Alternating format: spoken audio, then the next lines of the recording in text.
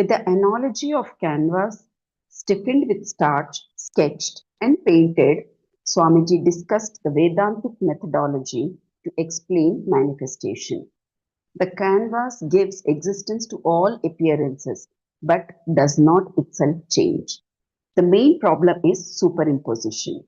This phenomena is called avidya, superimposition or adhyasa and samsara.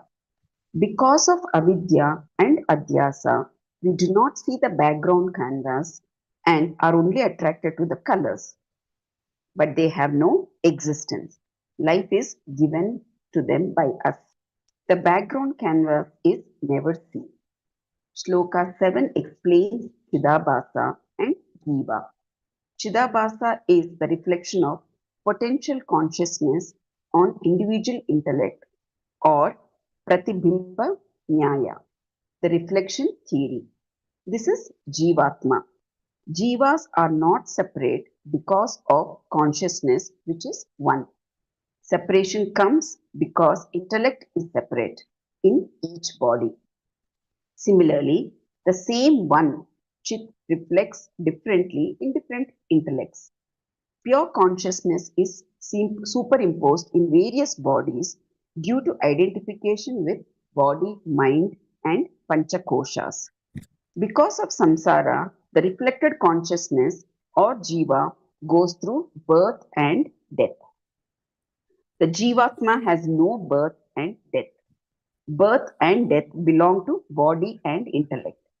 But because jiva is identified with intellect, those changes are falsely attributed to jiva.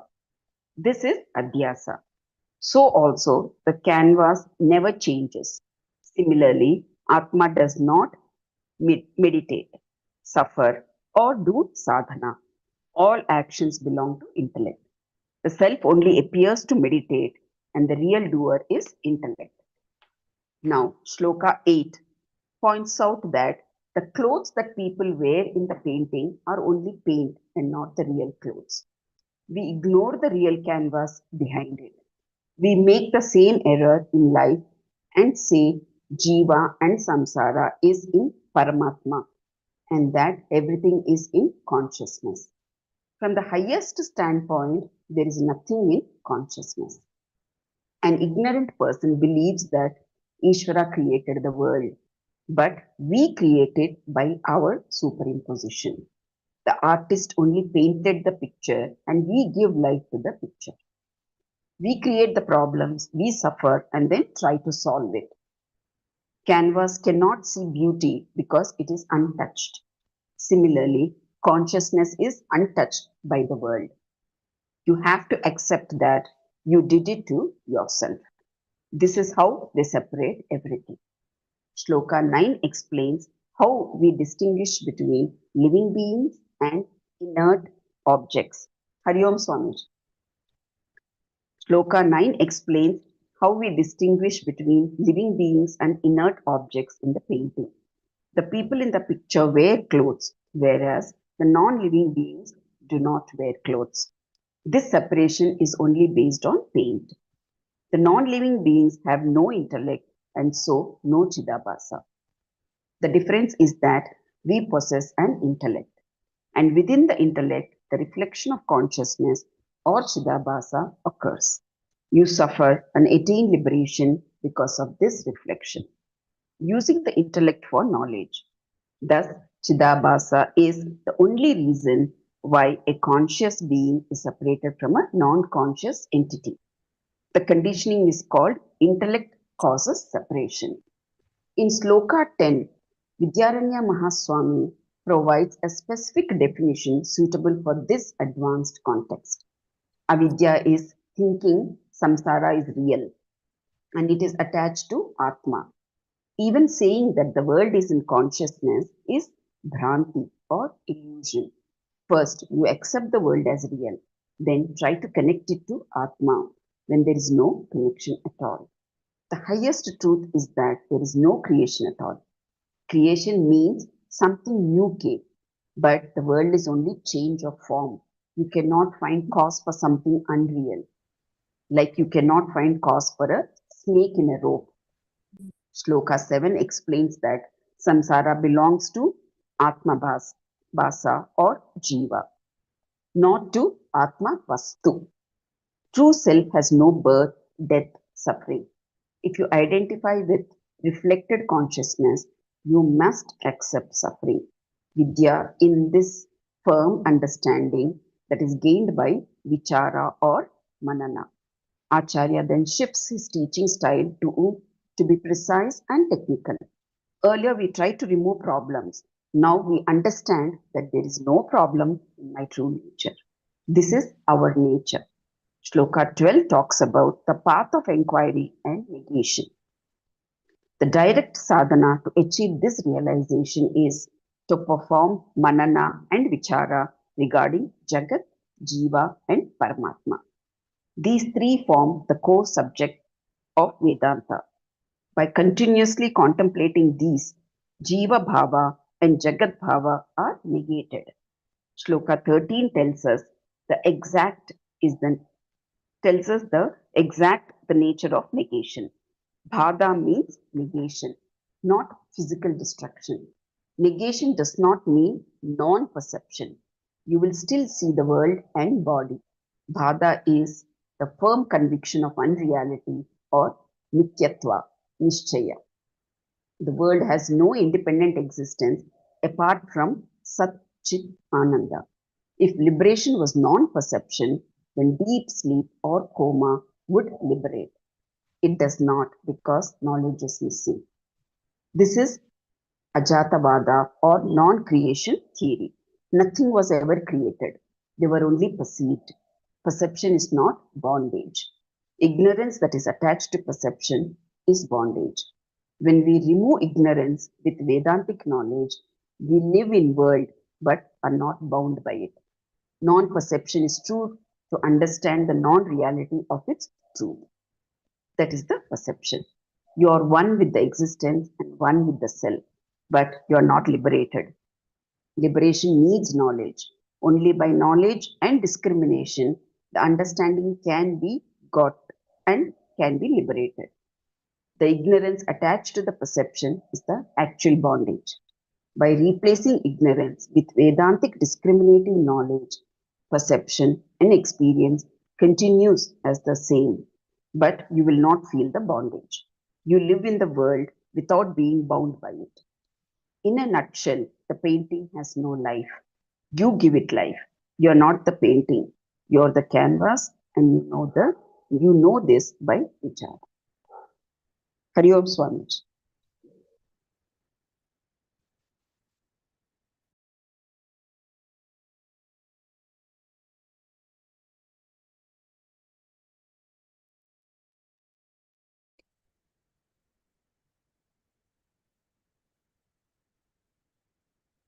Smriti-Puranan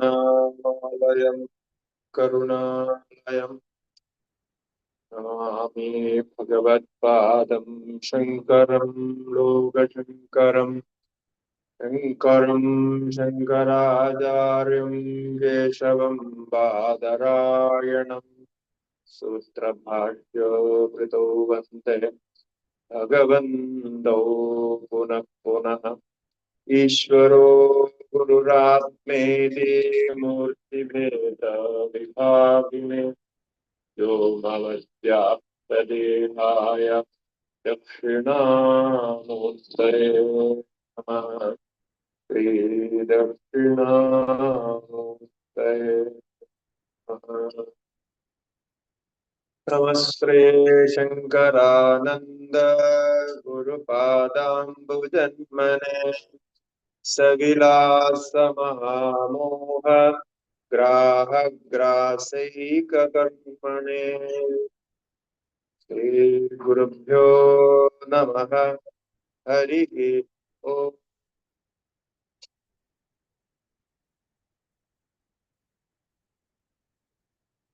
ओम नमो नारायणाय. We are in the fourth class of Chitradeepa Prakarana, where the analogy of a painting picture has been brought. With that, we are going to analyze Shuddha Brahma, Antaryami, and as well as Virat, Jivatma, all those. So with that, the last sloka, 30th sloka said, what is how the negation happens. So when we negate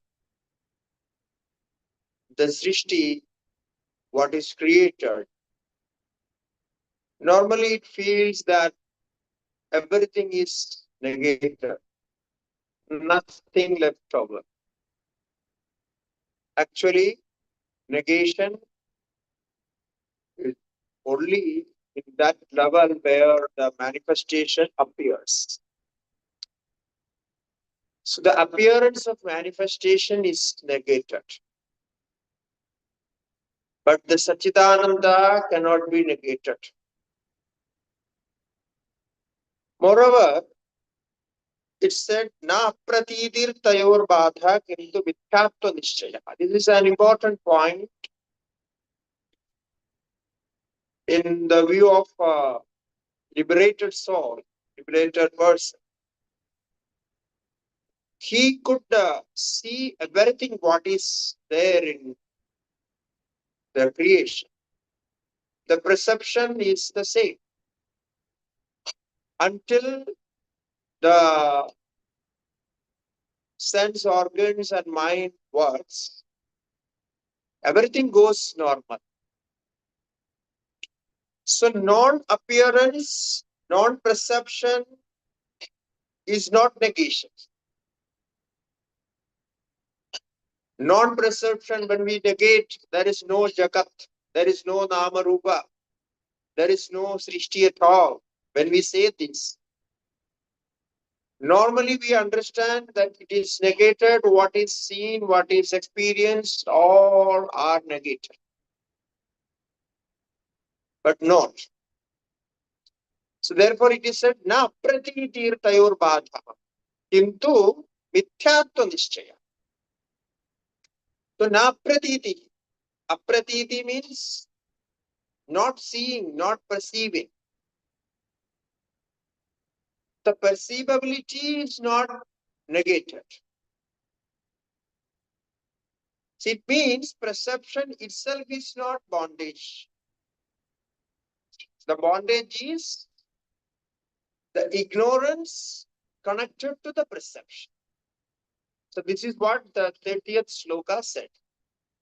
So mithyatva nishchayaha. Now for this mithyatva nishchaya means non-existence or the absolute reality of this creation. So this creation has no absolute reality. Creation in the sense, not only outside creation, but also the emotions, the mental creation. So now you know about this Manomaya Kosha, Vijnanamaya Kosha, all these are creations. So these are all will be there because these are what we see as material development. So material development is there at itself. The forms are there. But if you want to know the reality, in reality, you cannot prove something is real.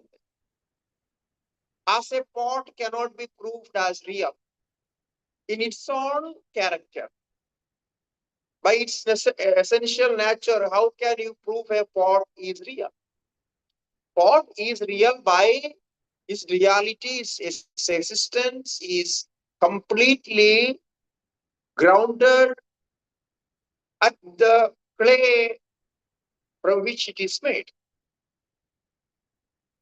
So until you don't understand that clay is the truth of reality of that pot,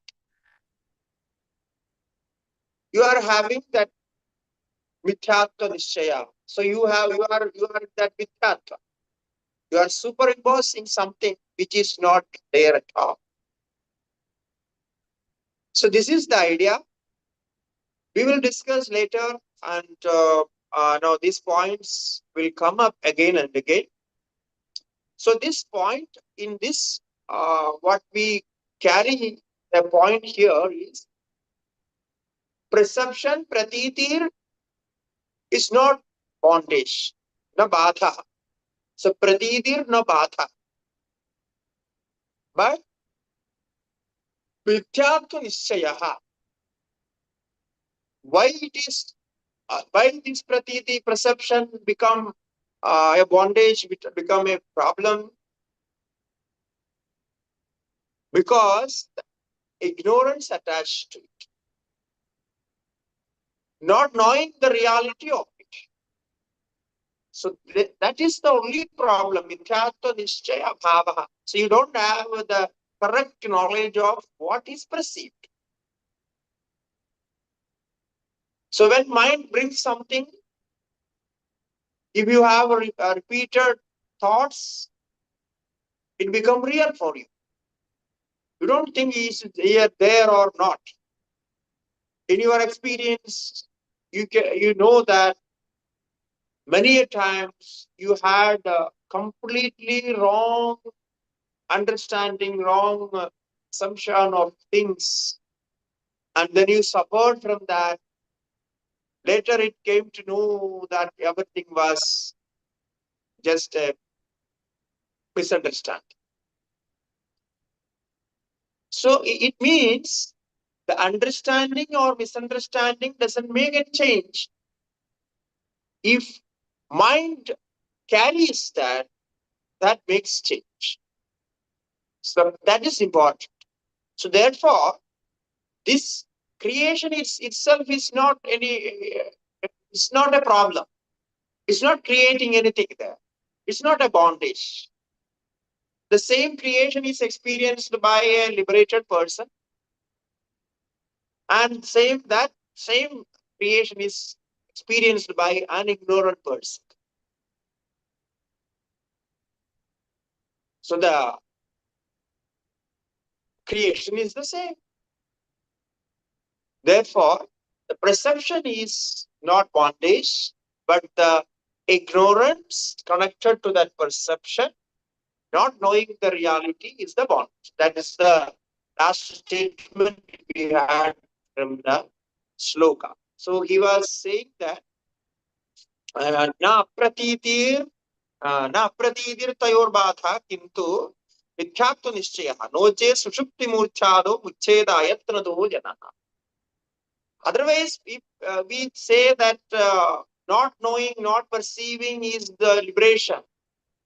Then everybody would be liberated once they go to sleep. Because in deep sleep, there is no perception, there is no confusion, there is no pain, nothing. But nowhere it is said, nowhere it is accepted that deep sleep is liberation. Yes, so that is the comparison we have, the point of comparison we have.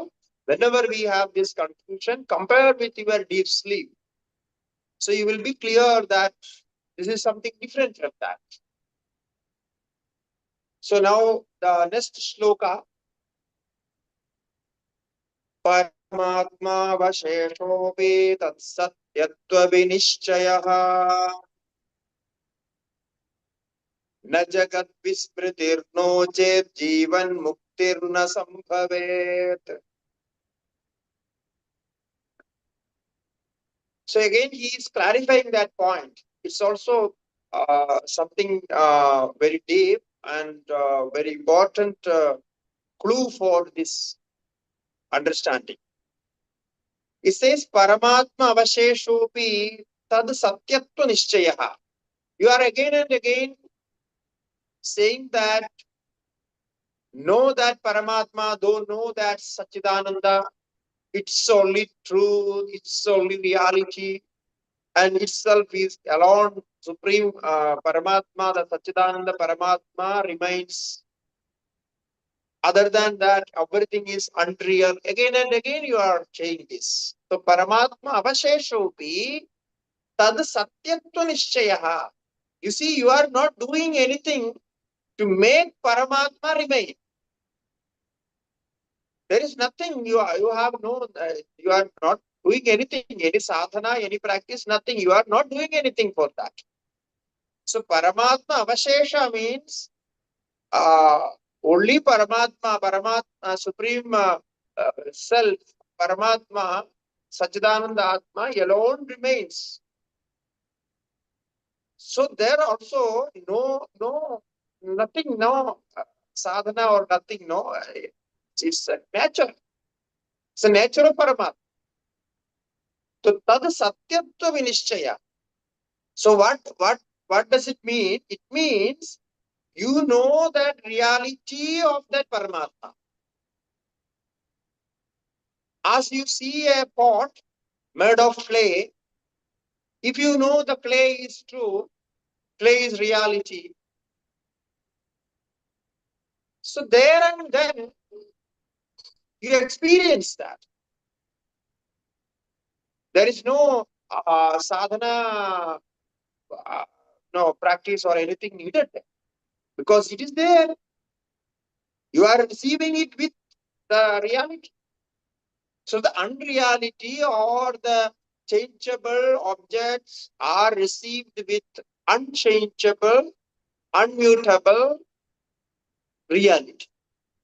So that is the analogy we just was discussing about the picture. So the canvas is real there. Canvas never changes. So you make many painting on that canvas. You can wash it and make it again. Similarly, the reality remains there. This knowledge we say as remaining, Paramatma alone remains. So Sat Satyatva Vinishchayaha. Na Jagat Vismritihi. No Je Jivanmukti na Sambhavet. And not perceiving the world, forgetting the world. Jagat Vismriti. Vismriti means you forget the world. You forget all worldly activities. People say, after studying Vedanta, I don't remember these things, I don't care for those things. Like that, people say. You see, for beginners, that's fine. But not remembering is not Vedanta knowledge. Or not remembering is not considered as something gained by you, something achieved by you.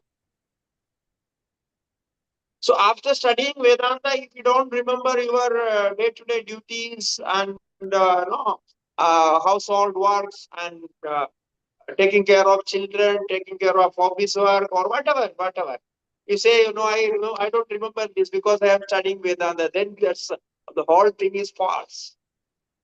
It's a misunderstanding. So not remembering is not the thing that you can achieve there. So he directly say, you see, na jagat vismriti. So not remembering the world is not perceiving or not remembering the world is not the experience what we are aiming for. So there is no gain. Na jagat vismriti. No je Jivanmukti na bhavet. Otherwise, there would not be no such thing as liberation in life. Because the achievements, we always count for achievements. We always care for something we achieve by some practice or something. But here,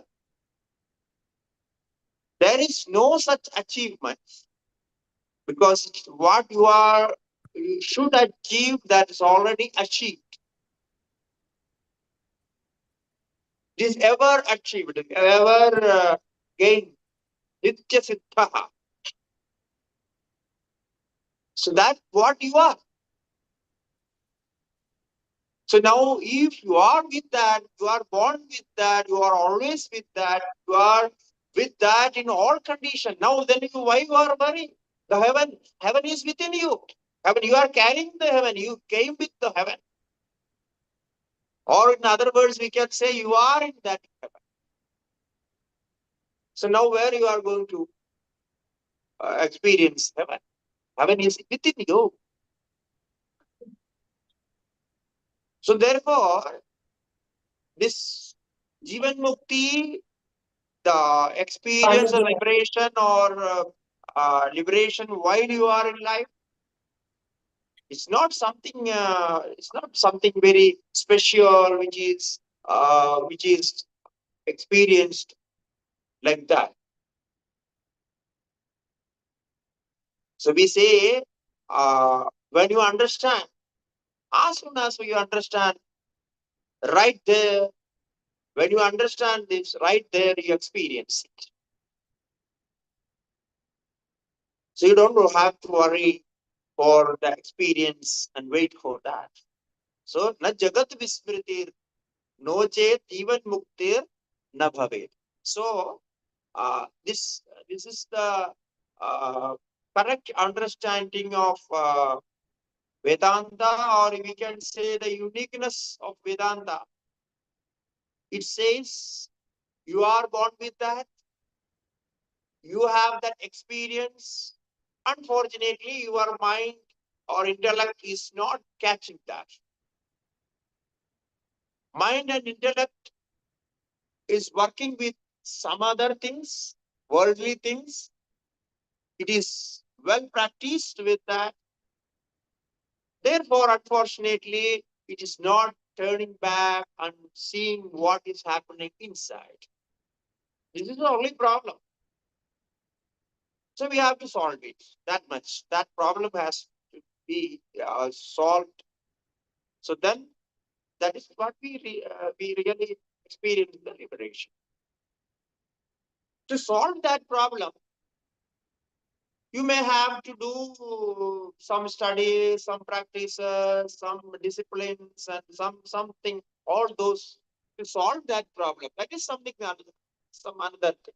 You need a teacher, you need a guide to think like that or do practice something.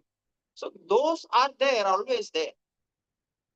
But when you complete those, in the case of receiving the result, there is no role of Guru, no role of Shastra, nothing, because that is within you. The result is experienced within you. So Shastra cannot bring result to you. Guru cannot bring result to you. Only Guru can show the path. Shastra will lead you to the path. It will give the process of thinking, the thought process, it will give you. So with that thought process, you can lead. That's much. Then you are free. You are never depend on anybody. You are never depend on any shastra, any system, any custom. No. To understand that, you need to practice some sadhana. For that, you need a system or sampradaya or a guru or a shastra, everything you need until you reach there.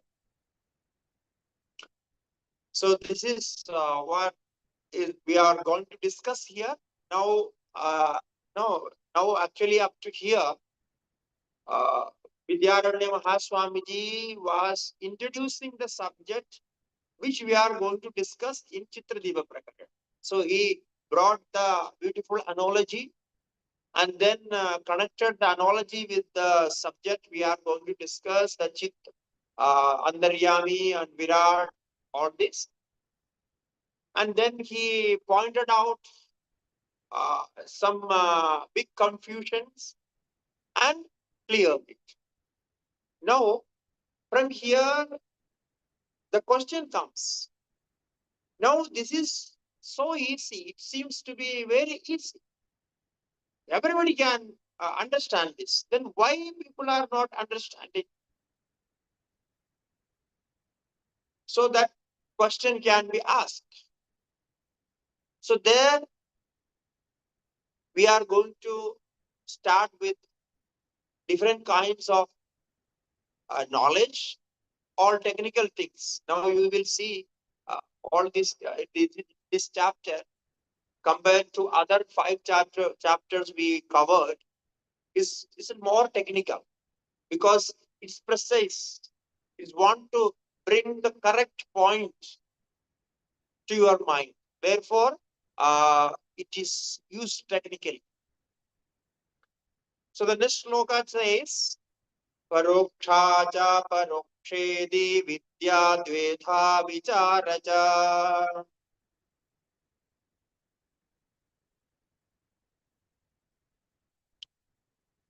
Tatra paroksha vidyapto vicharoyam samapyate. So these 2 words are very famous. You are familiar with this. Paroksha Jnana and Aparoksha Jnana. This we use in Vedanta frequently. So Paroksha Aparoksheti Vidya Dvedha Vicharaja.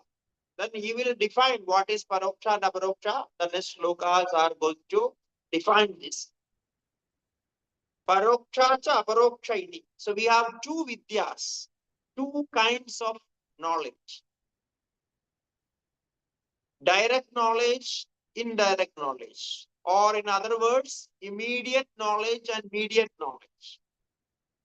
Paroksha Jnana is indirect knowledge.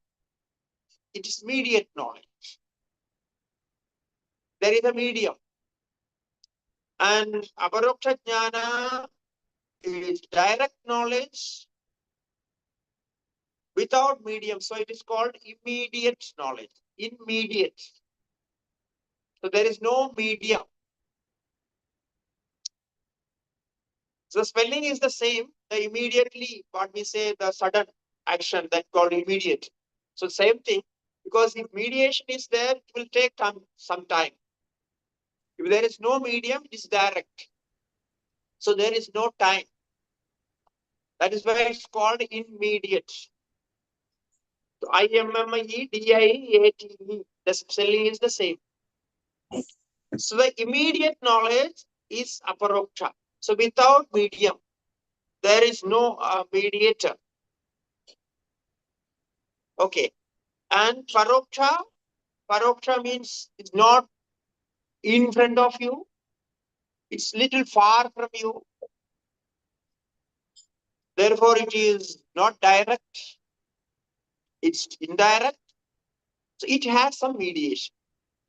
It has some medium. Through medium you go. Now, tatra aparoksha vidya prapto vicharoyam samapyate. He says this process of knowledge, process of study, process of sadhana, all what you are doing will end when you achieve direct knowledge. So aparoksha vidya prapto, until the immediate knowledge is achieved, the mediation will continue. So you have to depend on mediation. The mediators are Shastra or Guru or whatever sadhana, all these are mediators. They are taking you, leading you towards the knowledge. Hopefully, we are doing sadhana with this aim only. That this sadhana will take me to the aim, take me to the liberation. So those sadhanas are mediators. They are not achievements. You want to achieve something else, you are using the sadhana. So this here, one has to remember. Sometimes what happens? We are too much attached to sadhana. Our aim of the aim of sadhana, or for what purpose we are practicing sadhana, we sometimes forget altogether. We make a schedule, we are following that, then we feel that we are doing sadhana every day, morning, getting up and doing this japa, those, some, and then you wait for result. After a few years, you think, oh, nothing is happening, then what is the problem?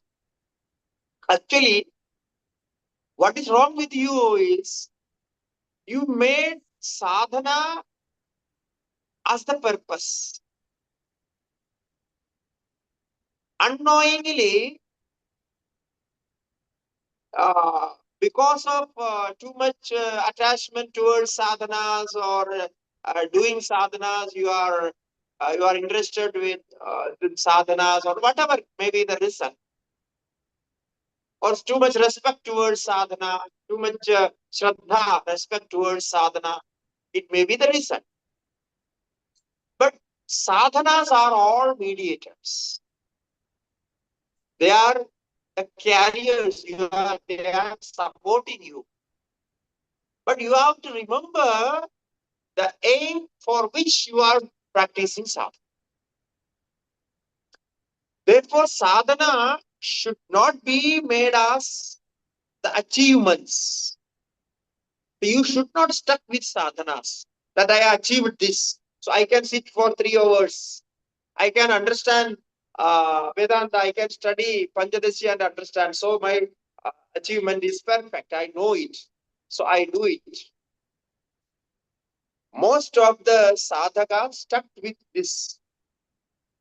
They are very serious, very sincere. But unfortunately, they think that sadhana is everything, not the sadhya. What should be achieved.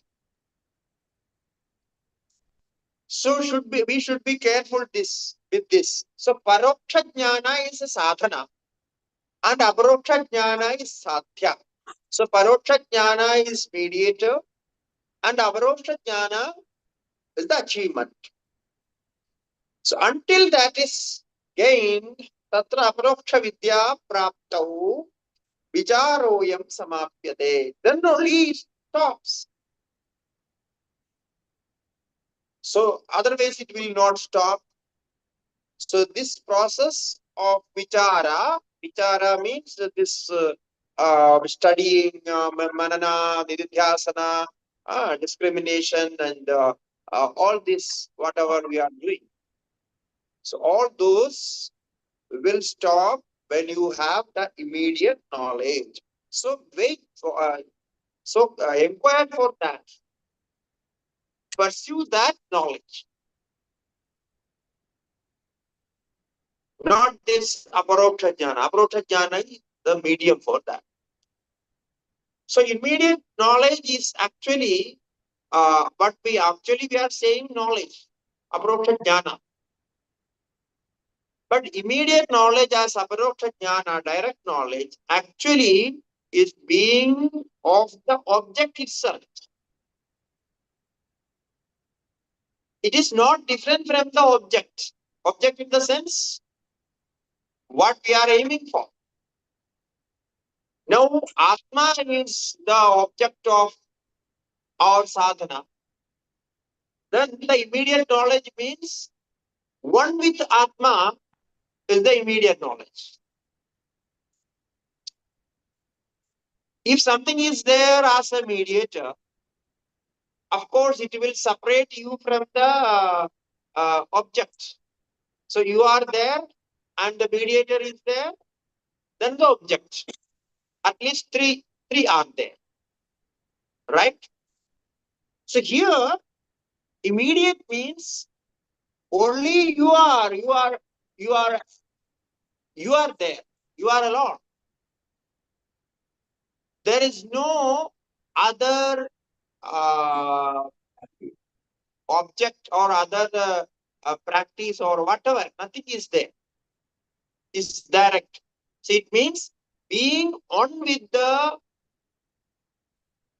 aim or one with the subject for what you are practicing. So being one with that. So when you got to deep sleep, the getting into deep sleep, till then you are separated from that because your mind is active. You are thinking of sleep. Once that mind's action stops, sleep appears. So then you are not there. You are not separated from that deep sleep. You are one with the sleep. So there is no mind and you are alone there. Therefore, you don't think about, you don't have any action there. Similarly, one with the being, one with the Sachidananda, one with that beingness is direct knowledge.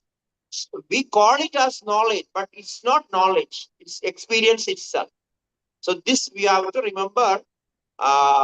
Again, we will discuss this point because this chapter is going to elaborate on these subtle subjects. So we will have again a discussion. So the next sloka is defining the Paroksha Jnana and Aparoksha Jnana, 16th and 17th. Asti brahmedi chetveda paroksha jnanameva tat.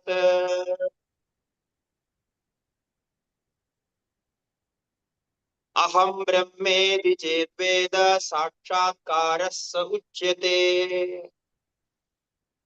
So these slokas, if you can remember these slokas, is very good because these are all definitions of this Paroksha Jnana, Aparoksha Jnana, and all those.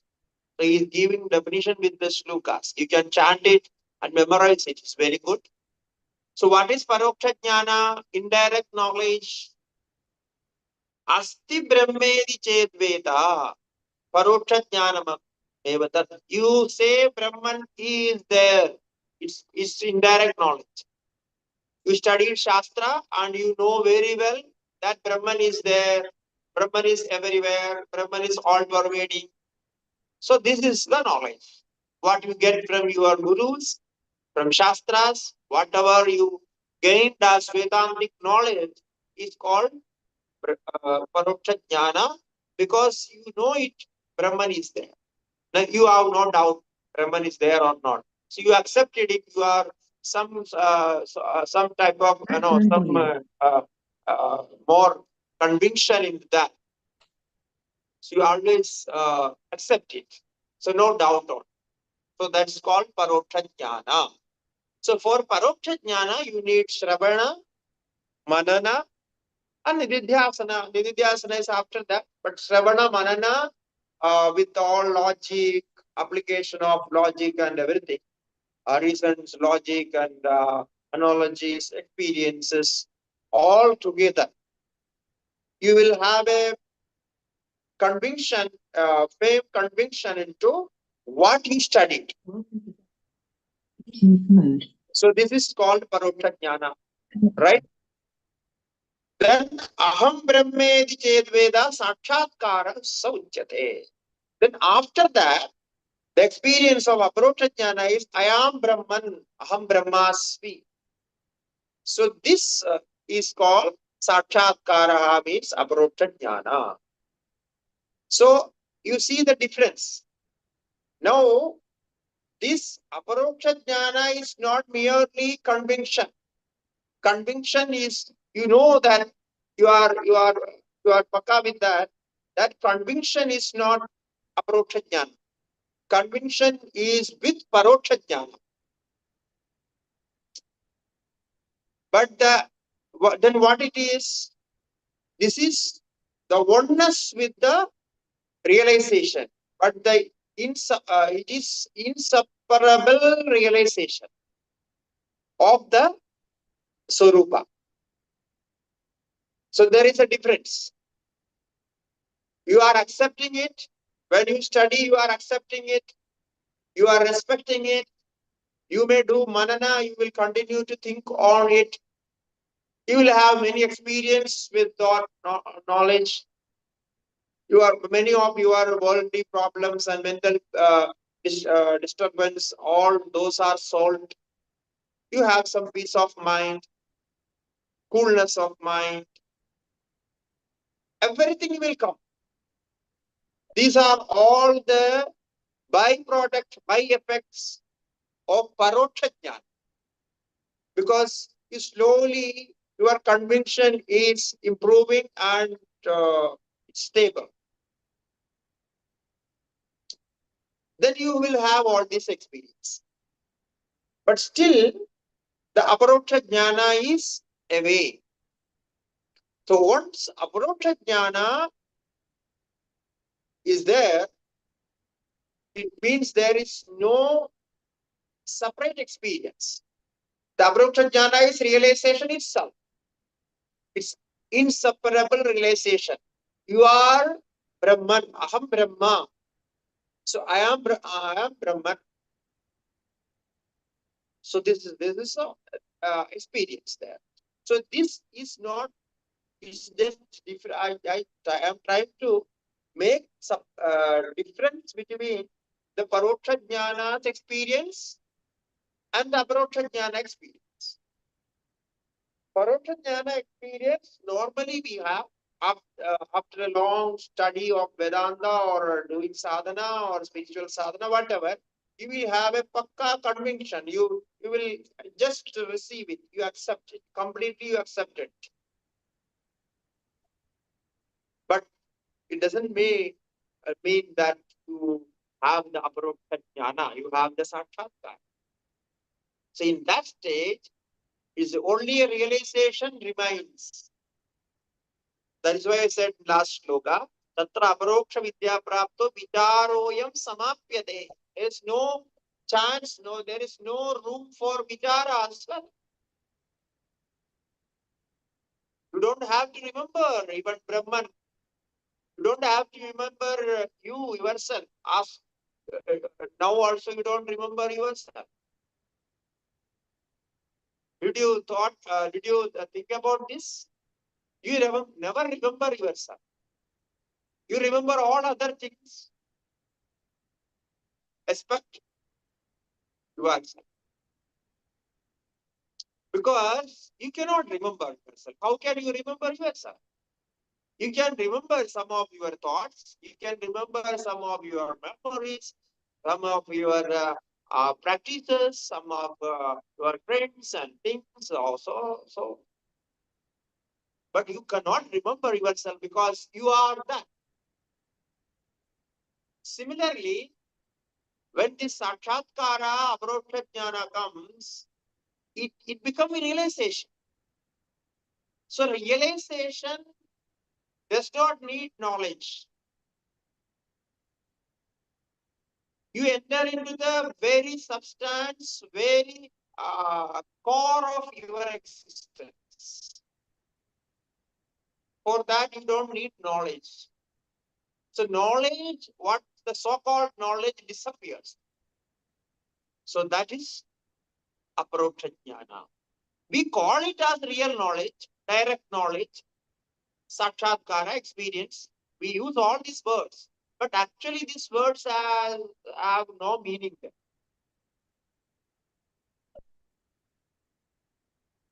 As I say, I remember myself. As I say, I know myself. As I say, I know myself. I always know myself. So if I can say all this, but it has no meaning. Because you never forget yourself, therefore you never remember yourself. Something is forgettable, that object is rememberable. If something is unforgettable, impossible to forget, that object has no chance to come as a memory. Because memory is again an object. It is a process. So the unforgettable cannot be remembered. Can you accept this? No. Because normally we say unforgettable. How can you say unforgettable is cannot be remembered? Unforgettable, you think that unforgettable is always remembered. So therefore it is unforgettable. But I say something special there. Unforgettable means there is no need to remember. In that way, it is unforgettable. Something is unforgettable for you, it means there are things which you don't remember, but this memory, a special memory, continues with. And in the case of self, the case of yourself, it is unforgettable because it never forget. You never forget. It is impossible to forget. Now, if something is impossible to forget, what I can say? I say it is unforgettable only. So in that sense, if you want to say, you can say Atma is unforgettable. But I say it is impossible to remember. Therefore, it is unforgettable. Anyhow, this experience is Aproksha Jnana itself is realization. Though we call it as Jnana, but the Jnana mediation is not there. The knowledge mediation is not there. Thought process is not there. It's something very special in that sense. So we can only say you enter into that, you enter into yourself, you are one with that, and the substance of Brahman is one with you. This is the only defining process that we can use like this. तत्साक्षात्कार सिद्ध्यर्थम आत्मतत्त्वं विविच्यते तत्साक्षात्कार सिद्ध्यर्थम आत्मतत्त्वं विविच्यते येनायं सर्व संसार सद्य एव विमुच्यते.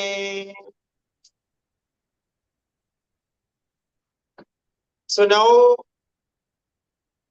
Pujya Vidyaranya Mahaswamiji says, for that reason, tas sakshatkara siddhyartham. The last sloka said, aham brahmedi ched veda sakshatkara sauchyade. That is aproksha jnana. For that sakshatkara, that experience, so tat sakshatkara siddhyartham atma tattvam vivichyate. We are examining the nature of self. You already examined that, but again we are examining that. Atma Tattvam Vivichyade. This is the subject we are going to discuss here. So that Sakshatkara Siddhyartham, for that, having that direct knowledge, to experience that direct knowledge, we are going to examine the nature of the essential nature and the Swarupam of Atma, Atma Tattvam Vivichyate, discussed, or we are examining that. Enayam sarva samsarat, by which knowledge, by which immediate experience, the liberation comes immediately, right there. So this is called Sadhyo Mukti. So we have Sadhyo Mukti. Vedanta accepts Sadhyo Mukti. Sadhyo means immediately liberated. Immediate liberation. You are not waiting for liberation.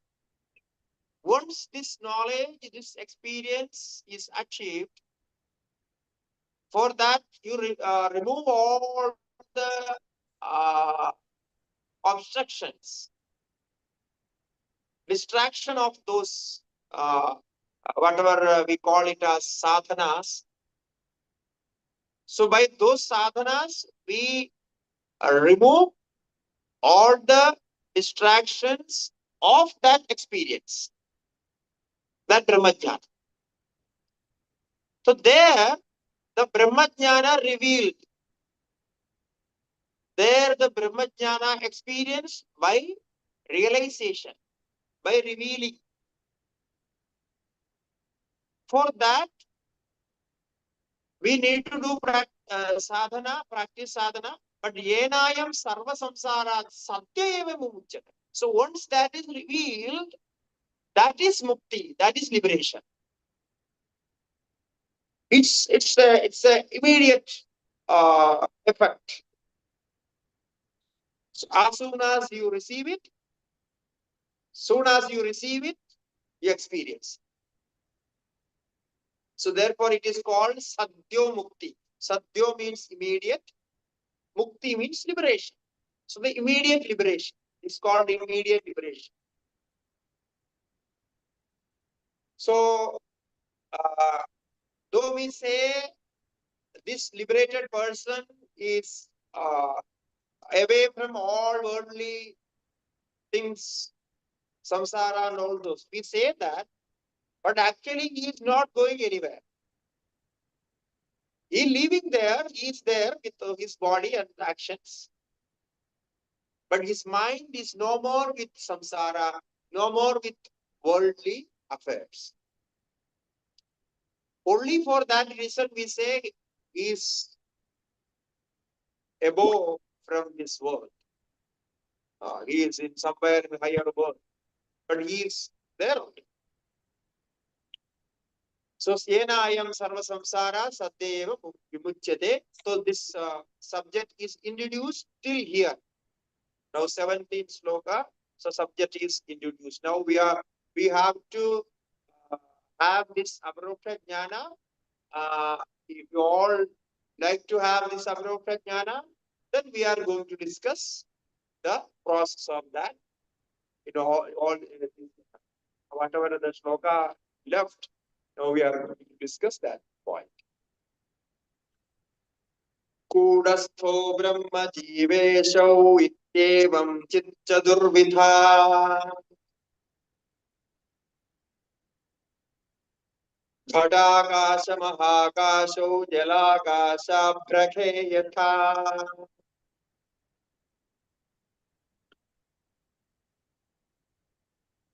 Now, again, he is bringing four things.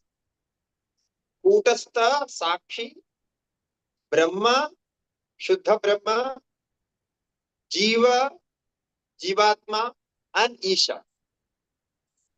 With an analogy again, Ghadakasha, Mahakasha, Jalakasha, and Abhrakasha, Meghakasha. So, four there, four here. First, we understand the analogy. Ghadakasha, the space inside a pot. The space conditioned by pot. That is called Ghadakasha. Ghada means pot, Akasha means space or ether, we say. Mahakasha is space outside, the ether outside, without conditions. That's called Mahakasha, the all-pervading Akasha. Okay? Then Jalakasha, the reflected in water, the space reflected in water. And then comes Abhra Akasha. Abhra means Megha, cloud. The space reflected in cloud. Because cloud has water content, water particles. In that, the space is reflected. Now that You can't see. You have to infer that. Okay. So this is an illustration for this Kutastha, Brahma, Jiva and Isha. Now you are all familiar with these words. You know all this. Now you will have a different approach of how to analyze Sakshi, how to analyze Brahman, Jiva, of course, Jiva Srishti, Jiva, and Isha, Ishara Srishti. This we know already. So there we have discussed only Jiva and Ishara, Jiva Srishti and Ishara Srishti. But with Jiva, Kutastha Sakshi is also there. Now Jiva has two parts. Jivatma has two parts. One is Sakshi, the witness, and another is the knower, the experiencer, the doer as Jivatma. What we call it as ego, ahankara. The personality. So that's called Jivatma. Then Ishvara also has two parts. Ishvara as one Shuddha Brahma, Satchidananda, and then with Maya as Ishvara. Okay. So Kutastha means Sakshi, the individual witness. And then comes Jivatma, the individual knower, doer. And then Ishvara, omniperson, omniperson and the omni creator. The omni creator is Ishvara with Maya. Then there is Shuddha Brahma. Shuddha Brahma without conditions. Now the Jiva has condition as intellect, mind, and Ishvara has condition as Maya. So Maya is a delimiting factor of Ishvara, and Antakarana, mind, is a delimiting factor of Jiva. So there are two parts are conditioned, and other two parts are unconditioned. Jiva are Kutastha and the Brahma. Now the comparison of this four form of Chit. Chit is sadness. Chit Chadurvitha. The pure consciousness, pure Satchitananda become this four. For our sake of understanding, when we consider the creation, when we consider the bondage of samsara, birth and death, when we consider of our sufferings and enjoyments and experiences of life, there we have to understand all this. So now he is taking up that illustration and giving some more definition for that, to clarifying it. Because he wants to systematically establish the study. Therefore, you can see from the beginning of Chitradeepa Prakarana, is systematically defining one by one. Therefore, you feel that there are so much of technical things discussed here. So first he gave that example of Chitra, a painting, a picture. Then some definitions are given, and then came to the another four form analogy. It's also going to define all these forms. Ghadavachinna kheniram yattatra pradibimbidaha. Ghadavachinna kheniram yattatra pradibimbidaha.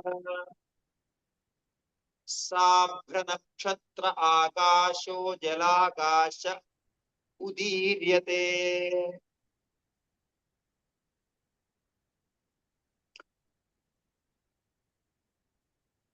The illustration for what is stated in Shloka number 18.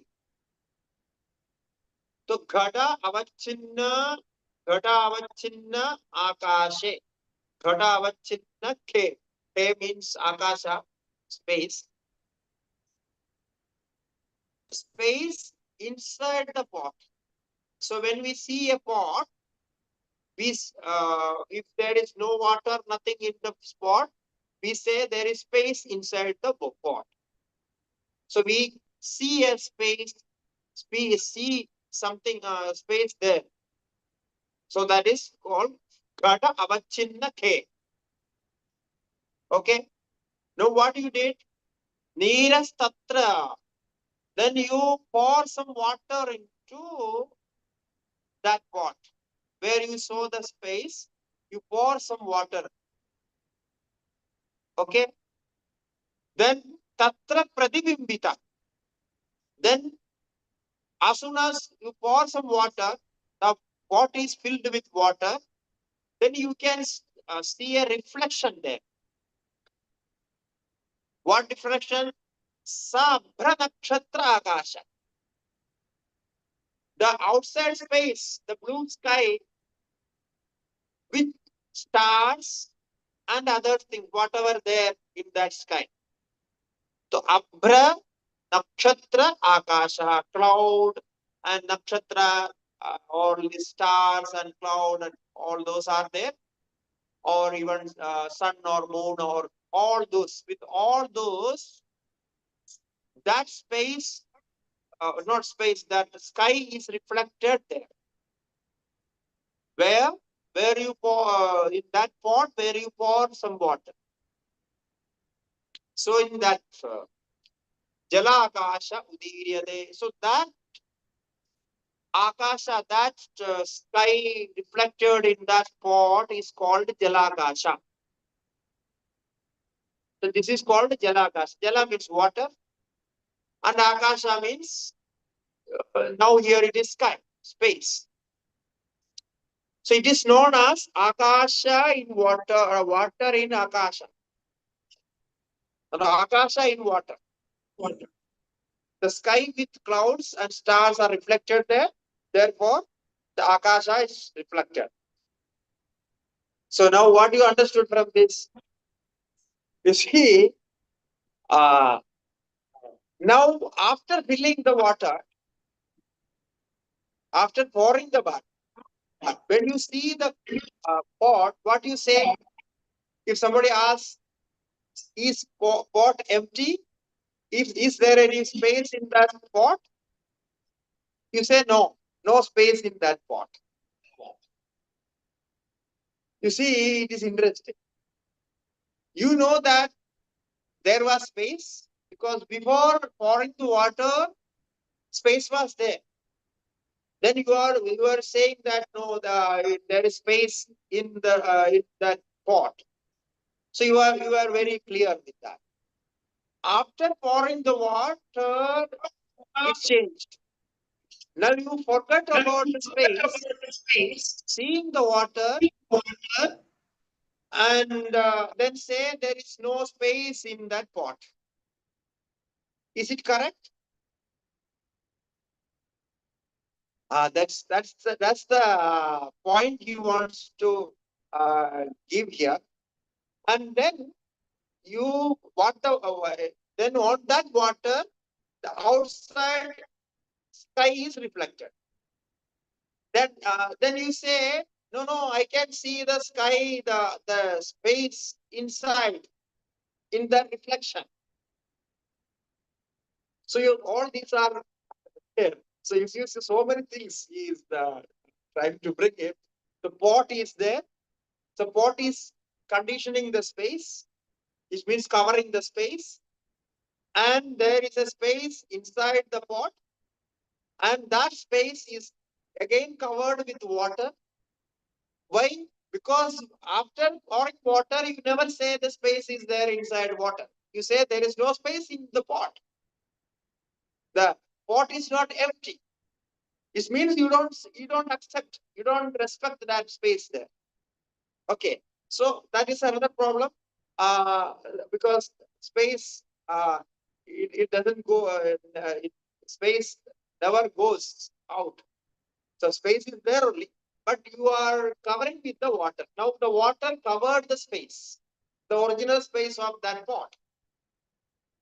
The what we call it as pure space in that pot, it's covered.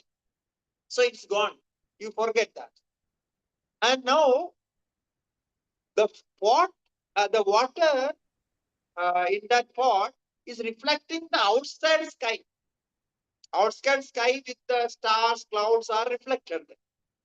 Now seeing that, you say, no, you see the sky is there, inside this, the stars are seen and the moon is seen. So you are enjoying that. And you think just, it's like, no, it's funny. Those stars and moons are not there in that water. They never come. But we experience that. What is really there, we are covering with the water. What is really there is the space inside the pot. The space inside the pot is called pot. Without space, you never call a pot a pot. So the space is created there, therefore it is pot. Now that's real space of the pot, a pot, which is the reality of the pot, or the existence of the pot, is covered with water. Then the space is gone. Now the pot is without space, but something is unreal is reflected there, and you accept it. You see it and enjoy it. So these are the four parts. One is a pot without water, the original pot with the pure space. Then the water is another thing, and then the reflection is another thing, and covering the space and forgetting the original space is another thing. So these are the points you want to say. Now you see, it's very interesting. We get all this knowledge with this kind of discussion in Panchadasi only. Because our Vidyaranya Mahaswamiji is enjoying teaching us like this. He brings so many things like the new analogies and stories to teach us. So he is an interesting teacher. He is enjoying teaching us. You can see that how enthusiastic he is teaching with all these analogies. So this is the subject. Now you will see we are in the not upcoming slokas, many slokas, we will discuss this. So you understand this four type of sky, the space in the sloka, our 18th sloka, what is introduced, and then you can see the other slokas connected with that. महाकाशस्य मध्ये यन्मेघमण्डलमीक्ष्यते प्रतिबिम्बतया तत्र मेघाकाशो जले स्थितः. So 19th shloka gave defined what is jalakasha. He defined the akasha reflected in water. Now in the 20th shloka, he is defining megha akasha, the akasha reflected in cloud, the akasha in cloud. Now this is akasha in cloud. It's an analogy for Ishvara. This is a connection with the Ishvara. So now Mahakashasya Madhye. Mahakasha is Brahman. Yeah. So in that Mahakasha, Yet Meghamandala Mikshati, this Meghamandala, the clouds are considered as Maya. Okay, the forming of clouds in that Mahakasha, because the clouds are active there in that space, outer space. So Meghamandala Mikshate. So you see clouds, forming clouds there, formed clouds there. There, Meghakasha Jale Sthitaha. In those formed clouds, there is water content. You know there is water content. Clouds are with water. They are like water in form of clouds. Water particles are there. So in that water content, Pratibimbadaya, then there also the space is reflected. So remember the space reflected in pot.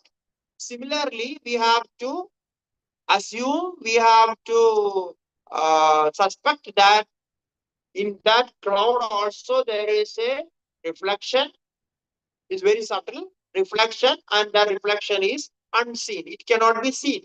That is what the point he wants to say. Because Ishvara cannot be seen, no? The reflected moon in the pot can be seen, but the reflection of moon or sun in that cloud, you cannot see. You cannot see that, but we have to infer, we have to accept that if we are seeing reflection here in this water, there is also water, so reflection will be there. Okay, this is accepted. So this is accepted from the Shastra. This is accepted by science. So you know this. Scientifically also, we can prove it because water content is there, the reflection is there, and we can see when the light is reflected there in the cloud. Therefore, we see the cloud. If light is not reflected, how can you see the clouds? And when you fly in aeroplane, you can see the clouds and the reflection there as we see here. So that's there. So Mahakashasya Madhye Yad Meghamandala Vikshate Pratibimbadaya Tatra Meghakasho Jale Sthitaha. So therefore he is a good teacher. He wants to establish all these things in imagination. So you imagine this and try to understand. Megham Sharupa Mudagam Tusharakara Samsthitam Megham Sharupa Mudakam Tusharakara Samsthitam Tatra Khapradibimboyam Niratvadanumiyate. Then somebody asked, how can you say there is a reflection in clouds because we are unable to see? And how you say there is water in that cloud, which is not experienced? Because in those days there was no flight or nothing like that. They could go and see what is happening there. So you have to scientifically accept it, theoretically accept it. So he says, never mind, there is no issue, though we are unable to see it, but by reason, by logic, by applying the same logic, we can see it. But this is what is called scientific mind. So our Vidyaranya Mahaswamiji has this scientific mind because in those days it was impossible to go to the sky and see what is happening there. But he says correctly, Megha Amsha Rupa Mutakam. If the cloud is there, a cloud is composed with water, the water content in subtle form is there in cloud, the particles of water is there. So Megha Amsha Rupa Mutakam. So Udaka means water, water in the form of Megha. The water in the form of cloud is there. Tushara akara samsthitam. What is the shape of how you know that? He says it is like tushara. It's like a spray, spread over. It's like when you spray water, sprinkle water. So you see some small particles of water. In the wind, you have the experience of that water content.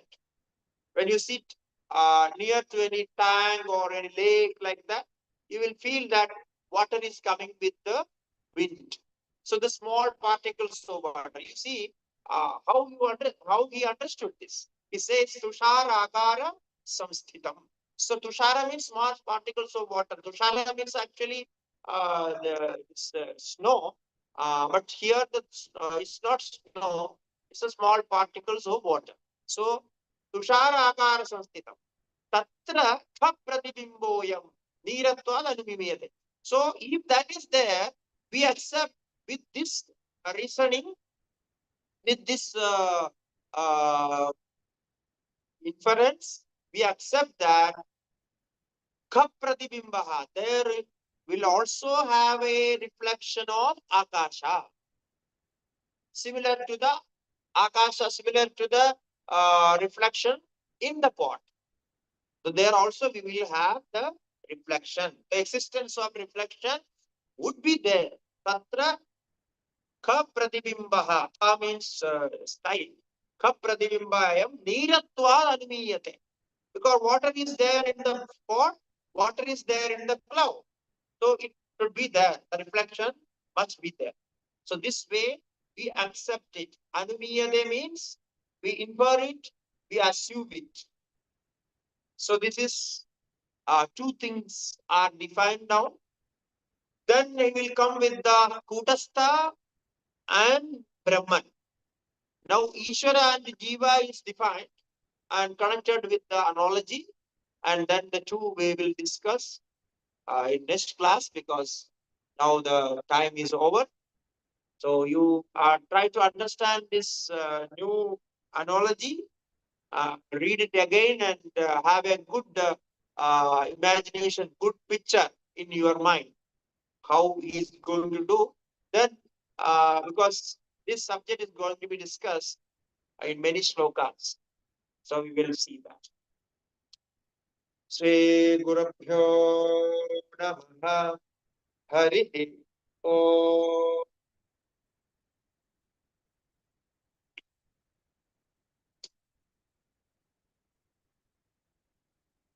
Okay, so we will Yeah. conclude today.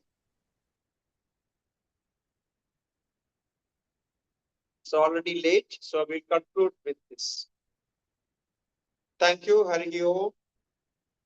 Sri Gurubhyo Namaha Harihi Om.